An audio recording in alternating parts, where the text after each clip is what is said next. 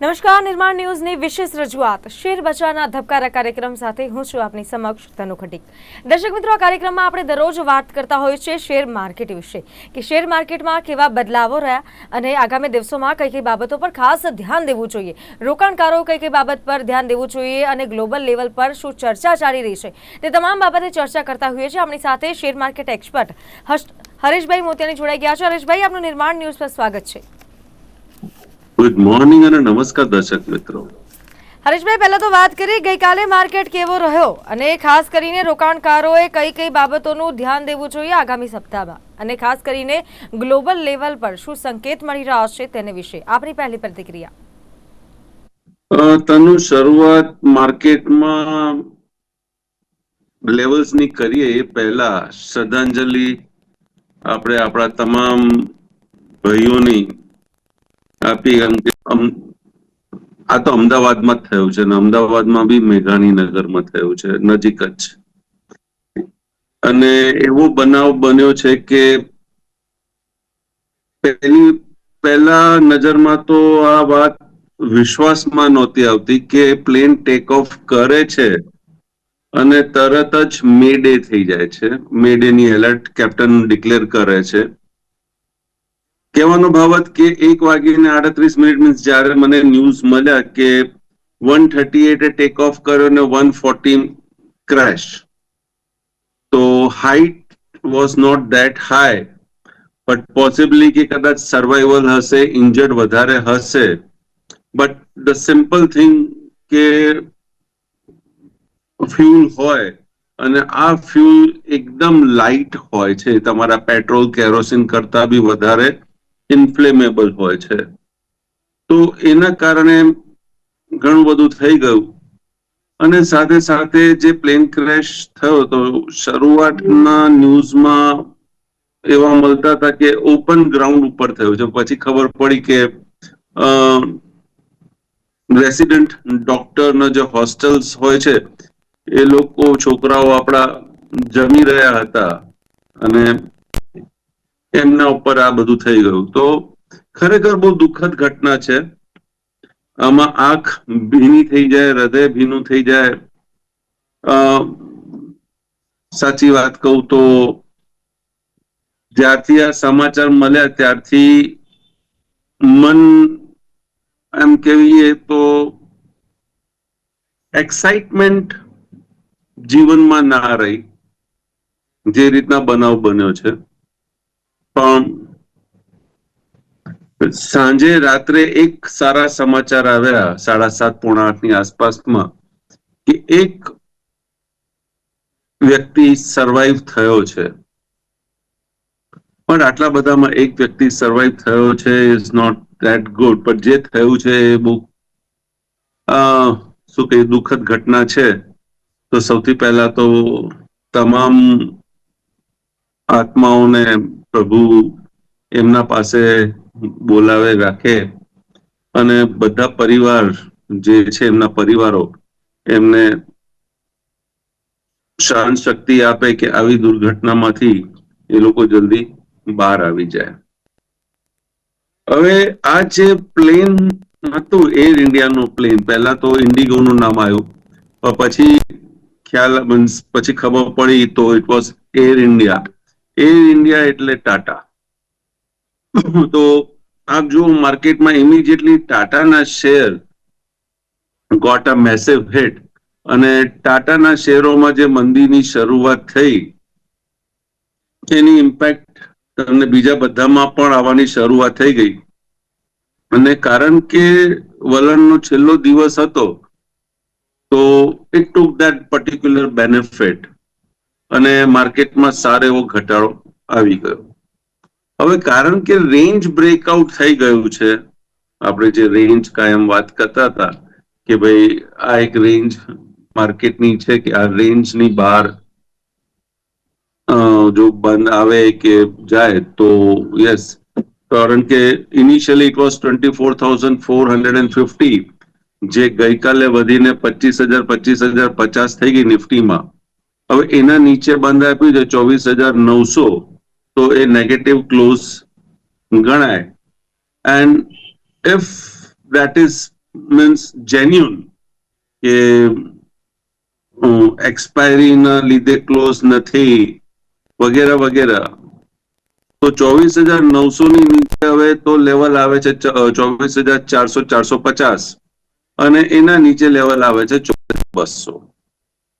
Quite possible આજે શુક્રવાર છે અને ગ્લોબલ ન્યૂઝ જે રીતના મળી રહ્યા છે, નો ડાઉટ એક બીજા સારા સમાચાર આપણા ભારત માટે છે કે ભાઈ ઇન્ફ્લેશનના જે આંકડા આવ્યા છે એ ખૂબ જ લોભાવકજનક છે, પોઝિટિવ છે, તો એના કારણે આપણે કહી શકાય કે ભાઈ કે હા માર્કેટ બાઉન્સ થાય.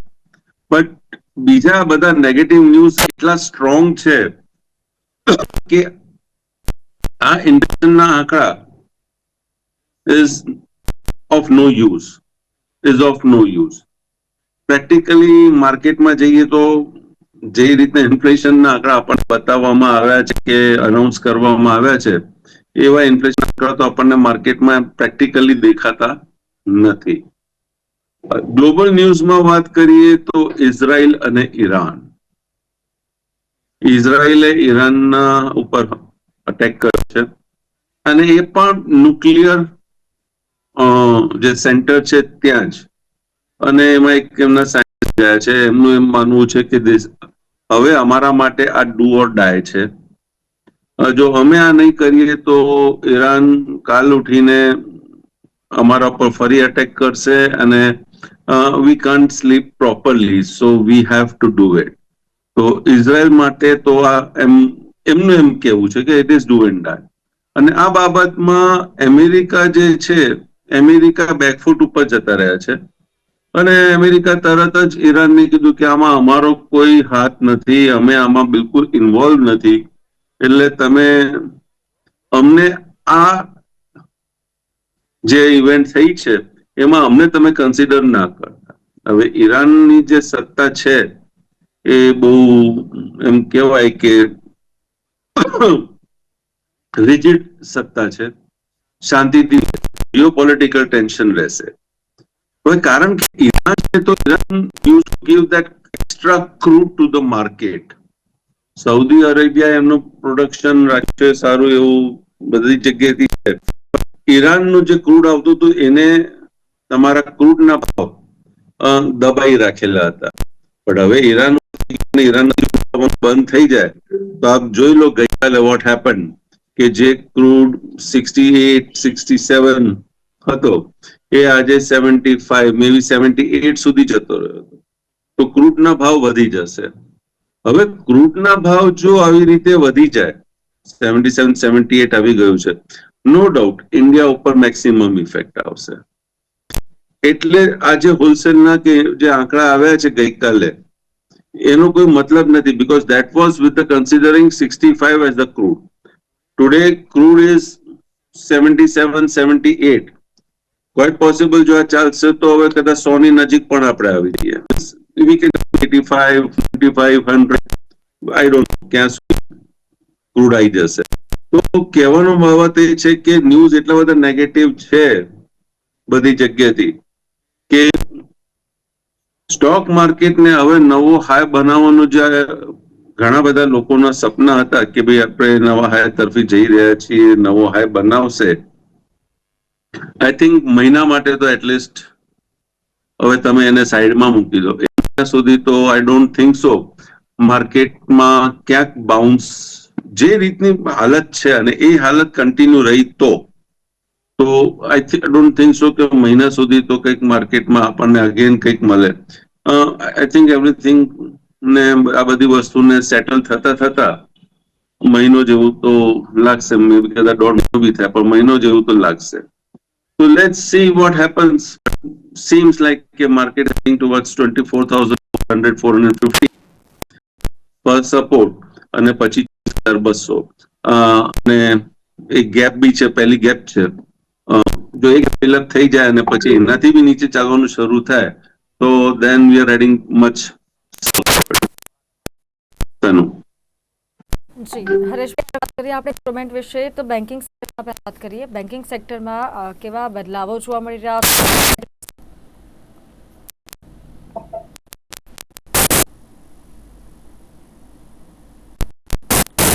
HDFC બેંક 35 નોટ 40 આ એક ઇમ્પોર્ટન્ટ લો એનાથી કઈ રીતના આપણને દેખાઈ રહ્યો છે માર્કેટ ગિફ્ટ નિફ્ટી સંકેત આપી રહ્યું છે જ ખુશ છે. તો હવે એનો નેક્સ્ટ ઇમ્પોર્ટન્ટ સપોર્ટ 1900 1910 આ એક HDFC બેંક નો નેક્સ્ટ સપોર્ટ ઝોન છે where we'll find review it again. Banking સેક્ટરમાં જ તો આગળ ICICI જેમાં છેલ્લા ઘણા સમયમાં લો જ જોવા મળી રહ્યો છે, આજે કોઈ ભાવ છે? ICICI તો મેં વાત કરી જ હતી કે મને ખરાબ દેખાય છે અને હેડિંગ ટુવર્ડ્સ 1410. બસ આજે સમજી લો ગઈકાલનો લો 1420 હતો, બંધ 1425. શક્યતા દેખાય છે કે જે મારો લેવલ 1410 ત્યાં આવી જશે અને વન્સ ઇટ સ્ટાર્ટ્સ 1400 અને એનાથી નીચે બંધ આપે પછી એના અંદર વધારે સેલિંગ આપણને માર્કેટમાં જોવા મળશે. હરેશભાઈ, જો વાત કરીએ તો સેક્ટરમાં HDFC state bank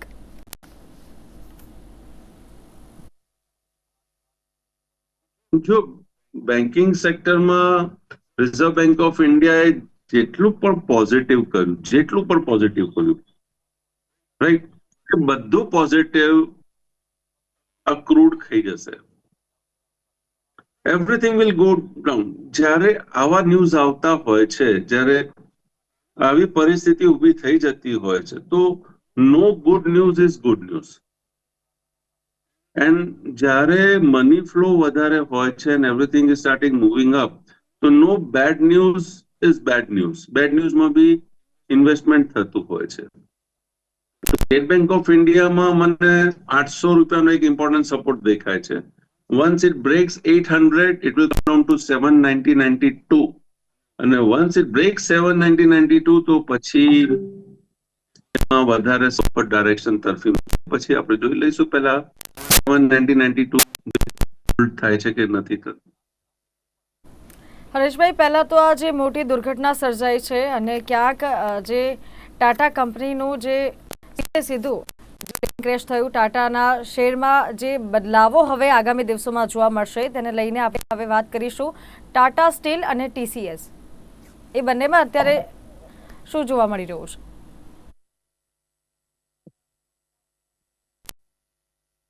Tata steel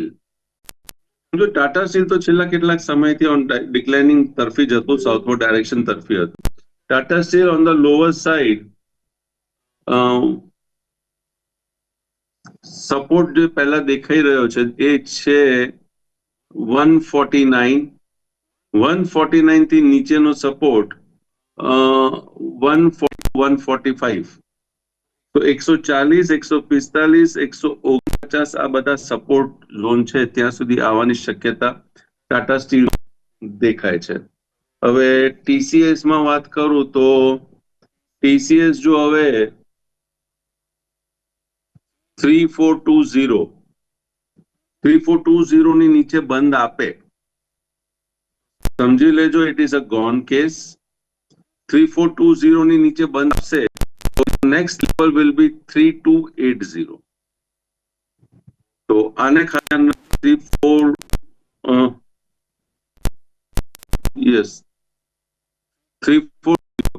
3420 ની નીચે જો ટ્રેડ થતો અને ઇન્ટરડે માં બી તમને જો ચાન્સ મળી જાય આપણે સ્ટ્રેટેજી પ્રમાણે તો એના નેક્સ્ટ ટાર્ગેટ 3280. તો 140 પોઈન્ટની આમાં સાઉથવર્ડ ડાયરેક્શનની જગ્યા તો ક્લિયર દેખાય. એ ઓટો સેક્ટરમાં હીરો મોટો અને ખાસ Tata motors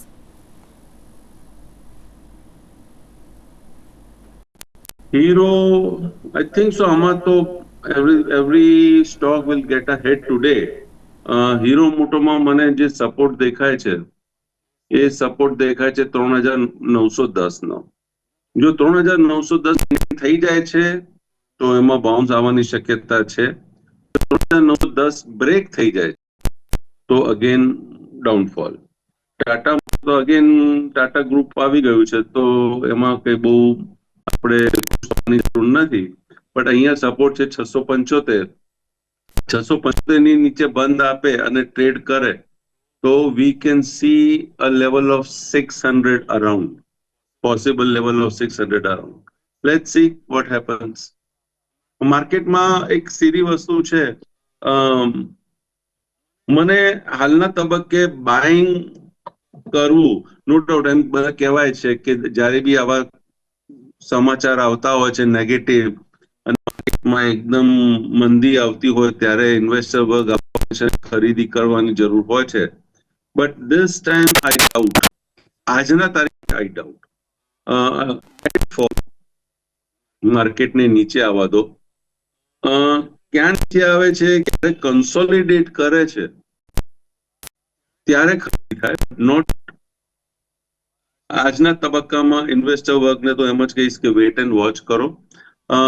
this is not the right time or exact time કે તમે જઈને ઇન્વેસ્ટમેન્ટ પરવ્યુથી માર્કેટમાં તમે એન્ટ્રી કરો. હા, મે બી અમુક સ્ટોક્સ છે સારા કે જે આવા ટાઈમમાં they will give you a return.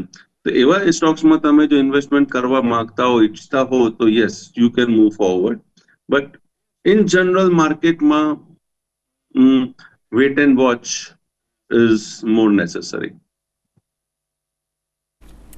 જી હરેશભાઈ, હવે વાત કરીએ આપણે સિમેન્ટ સેક્ટર વિશે. અલ્ટ્રાટેક સિમેન્ટ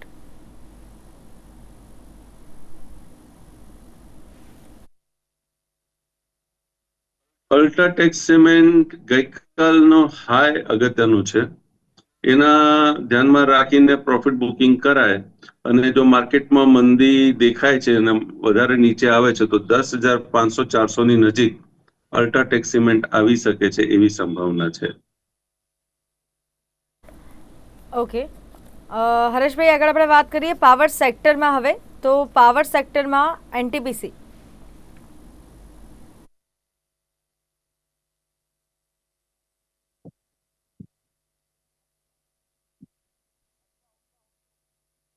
એનટીપીસીમાં સપોર્ટ લેવલ છે 328.85. 328.85 નીચે બંધ આપે તો પ્રોફિટ બુકની શરૂઆત કદાચ થઈ શકે છે.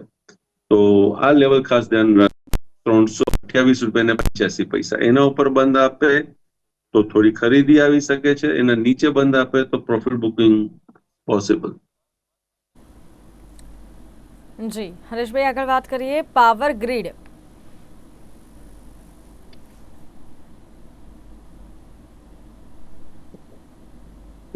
પાવર ગ્રીડમાં નેગેટિવનેસ છે 286 ની નીચે. 286.60 નીચે બંધ આપે છે અને એના નીચે ટ્રેડ કરે છે તો આના અંદર પણ આપણને પ્રોફિટ બુકિંગ ના અસર જોવા મળી શકે છે. અત્યારે ગિફ્ટ નિફ્ટી જુઓ તમે, જે આપણે શોની શરૂઆત કરી હતી તો 240 નેગેટિવ હતી અને અત્યારે હું જોઈ રહ્યો છું તો 300 નેગેટિવ છે. Means selling is increasing gift નિફ્ટીમાં. નો, ગિફ્ટ નિફ્ટી એટલે કે આપણે એમ ના કહેવાય કે ધેટ્સ અ કોન્ક્રીટ બેઝ કે એના બેઝ ઉપર આપણે જઈને ટ્રેડ કરીએ, ના. બટ હા, લેવલ્સ જે આપણને જોવા મળી રહ્યા છે એ લેવલમાં તો 300 પોઈન્ટ જો ગેપ ડાઉન ઓપન થતું હોય માર્કેટ તો આપણા દર્શક મિત્રોને તો એક જ સલાહ છે કે માર્કેટથી શરૂઆત એટલીસ્ટ પહેલો 1 કલાક તો માર્કેટથી દૂર રહેજો. unless and until you get a strong trigger or કંઈક તમને ઇન્સ્ટ્રુમેન્ટ એવો પકડાઈ જાય કે જ્યાં તમે કામ કરી શકતા હો તો વાત અલગ છે. બટ અધરવાઇઝ પહેલા કલાક તો એટલીસ્ટ માર્કેટથી દૂર રહેવું.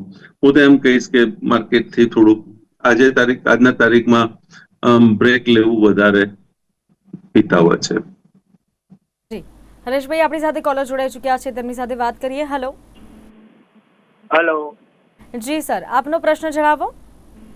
મારી પાસે સુબેક્સ છે, SUBEX, લગભગ 40 રૂપિયાના ભાવના છે અને હજી બીજા 5 વર્ષ ઉભા રહી શકીએ છે, તો ભાવ આવી શકશે અને સારું રિટર્ન મળશે?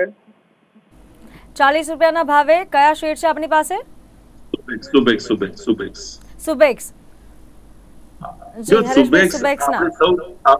આપણે સૌ જાણીએ છીએ સુબેક્સ કંપની શું કરે છે, એનો પ્રોડક્ટ શું છે. આપે બી જયારે લીધું હશે ત્યારે આઈ ડોન્ટ નો ક્યારે લીધું છે, પછી એ ડિક્લાઇન જ થયો છે કે વધ્યો છે, આઈ ડોન્ટ નો. પણ હાલના તબક્કે એનો જે ચાર્ટ દેખાડે છે તો ચાર્ટ મને પોઝિટિવ દેખાય છે. તો આપ એને હોલ્ડ કરો with the stop loss of recent low that is 10 rupees. જે હમણાં 10 રૂપિયાની નીચેનો જો ભાવ ગયો હતો એટલે 9 રૂપિયા કે 8 રૂપિયાનો તમે સ્ટોપ લોસ રાખીને અને હોલ્ડ રાખો. હા, આના અંદર તમને તમારા ભાવની જે તમે ગણતરી કદાચ રાખતા હશો કે 40 રૂપિયા આવી જાય તો એ શક્યતા થોડીક મને ડીમ દેખાય છે. If the company starts giving good results and everything is good, તો ચાન્સીસ છે કે આ 25 રૂપિયાની આસપાસ આ ઇન્સ્ટ્રુમેન્ટ ફરી આવી શકે છે. ઓકે, તો આગળ આપણે વાત કરીએ હરેશભાઈ. કોલર મિત્રો, તમે સ્ક્રીન પર જે નંબર આપેલા છે તેની પર કોલ કરીને આપનો પ્રશ્ન જણાવી શકો છો. આપણા એક્સપર્ટ સીધો તમારા પ્રશ્નનો જવાબ આપી દેશે. હરેશભાઈ, આગળ વાત કરીએ એશિયન પેઇન્ટ્સ. એશિયન પેઇન્ટ તો છેલ્લા કેટલા સમયથી દુખી આત્મા છે એમના, જેમના પાસે બી એશિયન પેઇન્ટ હશે એમને સેલિંગ જ જોવા મળી રહ્યું છે. છેલ્લા હું એમ કહું કે વર્ષોથી જે હાઈ બની ગયું છે છેલ્લા 2-3 વર્ષમાં, ત્યારથી આમાં સેલિંગ જ દેખાય છે. હું હાલના તબક્કે બી કહું તો આમાં નેગેટિવ જ જોવા મળે છે. 2179 આ એક સપોર્ટ છે અત્યારે નજીકનું. 2179 ની નીચે બંધ આપશે, ટ્રેડ કરશે તો પછી સ્ટીલ મોર નેગેટિવ. તો એશિયન પેઇન્ટમાં મને હાલના તબક્કે તો આઈ ડોન્ટ થિંક સો એક પોઝિટિવિટી ચાર્ટમાં કંઈક દેખાઈ રહી છે, નથી દેખાઈ રહી. અને ગઈકાલે ન્યૂઝ બી એવા હતા કે Reliance has sold good quantity of Asian paint shares. જી હરેશભાઈ, જેમ આપણે અગાઉ જે વાત થઈ કે યુવાઓ માટે એક ટિપ્સ, ખાસ કરીને જે નવી જનરેશન છે, અને જેમ તમારા માટે નવી જનરેશન એટલે કે જે ઇન્વેસ્ટમેન્ટમાં નવી છે એમની માટે કોઈ ટિપ્સ? આવા દિવસને ખાસ ઓબ્ઝર્વ કરો, જુઓ અને પછી આગળ કામ કરો. નો ડાઉટ જે નવા હોય છે એમને એમ લાગે છે કે ના, કે માર્કેટ બહુ ઘટી ગયું, market in the sense instrument કે બહુ ઘટી ગયું છે, ચલો જઈને આપણે ખરીદી કરીએ અને અહીંયાથી 1%, 2%, 3%નો ઉછાળો આવશે. આટલો બધો ઇન્સ્ટ્રુમેન્ટ ઘટ્યો છે તો કદાચ ઉછાળો આવશે. ના, માર્કેટ જ્યારે તૂટે છે ને આ રીતના તૂટે છે તો એને અમે ફોલિંગ નાઇફ કહીએ છીએ.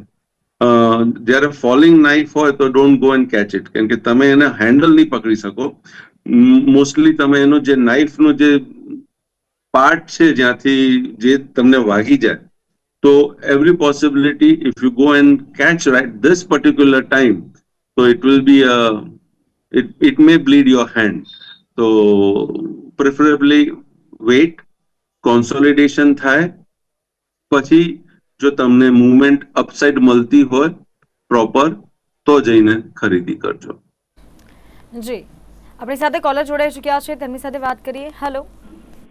હા, નમસ્તે સાહેબ. ને પૂછવાનું કે મારી નેગેટિવ પોઝિશન છે તો ક્યાં સુધી હોલ્ડ કરવું? પહેલો કલાક જવા દેવો કે પ્રોફિટ લઈ લેવો? પહેલો જી નેગેટિવ પોઝિશન જ છે બધી. જી, નેગેટિવ અત્યારે જોવા મળી રહ્યું છે તો કે કલાક સુધી રાહ જોવી કે પછી જવા દેવું, એમ પૂછી રહ્યા છે કોલર. ને પછી શું નેગેટિવ છે? પ્રોફિટ થાય એમ છે. પ્રોફિટ થઈ જ રહ્યું છે. જી, આગળ આપનો પ્રશ્ન જણાવો. પ્રશ્ન એ છે, માર્કેટમાં મેં ટ્રેડ લીધા છે, ક્યારે નીકળવું? 1 કલાક પછી નીકળવું કે અત્યારે નીકળવું? ઓકે, એમ પૂછી રહ્યા છે કે મેં માર્કેટમાં અગર ઇન્ટ્રાડે કરી રહ્યા હોય અને કલાક સુધી અગર પોઝિટિવ આવતું હોય તો હોલ્ડ કરવું કે નીકળી જવું? હું હજી પ્રશ્ન પ્રોપરલી સમજ્યો નથી, કારણ કે પહેલા તો ઇન્સ્ટ્રુમેન્ટનું નામ મને ખબર નથી. મેં તમને આગળ બી વાત કરી હતી. જી, એમણે ઇન્સ્ટ્રુમેન્ટની વાત નથી કરી, ઇન્ટ્રાડેની જસ્ટ વાત કરી રહ્યા છે કે અગર મને કલાક સુધી પોઝિટિવ દેખાય છે, ચાર્ટ પોઝિટિવ દેખાઈ રહ્યો છે 1 કલાક સુધી, તો હોલ્ડ કરી રાખવું આગામી કલાકમાં સમય માટે કે પછી નીકળી જવું? ઓકે, જો સીધી વસ્તુ છે, જ્યારે માર્કેટ આવી રીતના ગેપ ડાઉન ઓપન થતું હોય તો પહેલા કલાક તો આપણે કામ નથી કરતા, કારણ કે પહેલા કલાક શેના માટે આપણે આપીએ છીએ કે ગ્લોબલ ન્યૂઝ જે થયા છે, જે ઇવેન્ટ થઈ છે એને ડાયજેસ્ટ કરવા માટે. એટલે જે ટ્રેડર્સ છે એને અપમૂવ કરીને કરતા હોય છે. પછી કલાક પછી તમને જે બાજુ ટ્રેડ જોવા મળતો હોય એ બાજુ તમારે ટ્રેડ કરવાનું છે with low or high as your stop loss. Simple logic છે. ઇન કેસ લોઅર સાઈડ તોડે છે તો હાઈના સ્ટોપ લોસ થી તમે એને મંદી કરો, અને જો ઇન કેસ પોઝિટિવ થાય છે તો લોના સ્ટોપ લોસ થી મંદી કરો. હવે તેજી કરો. હવે તમે ક્યારે કરશો એમનો પ્રશ્ન કદાચ એ છે કે હું ક્યારે કરું, તો સીધી વસ્તુ છે, તમે તમારું રિસ્ક રિવોર્ડ રેશિયો જોવાનું છે અને ટ્રેન્ડ જોવાનું છે. હાલના તબક્કે સૌથી પહેલા તો તમારો ટ્રેન્ડ શું છે આપણે પહેલા એ ચેક કરો. તો પોઝિટિવ ટ્રેન્ડ હતો, પણ પોઝિટિવ ટ્રેન્ડમાં નિફ્ટીની હું વાત કરું ઇન જનરલ, રાઈટ, તો નિફ્ટી ગઈકાલે પોઝિટિવ ટ્રેન્ડમાંથી નીચે આવી છે, તો it's a start of negative trend. આજે અગેન એ નીચે જઈ રહી છે, તો મીન્સ તમને આજે કન્ફર્મેશન મળી ગયું કે માર્કેટમાં નેગેટિવ ટ્રેન્ડની શરૂઆત થઈ ગઈ છે. હવે પહેલા કલાકનો જો લો તોડે છે તો હાઈના સ્ટોપ લોસ થી તમે એમાં મંદી ક્રિએટ કરી શકો છો. Not necessary every instrument.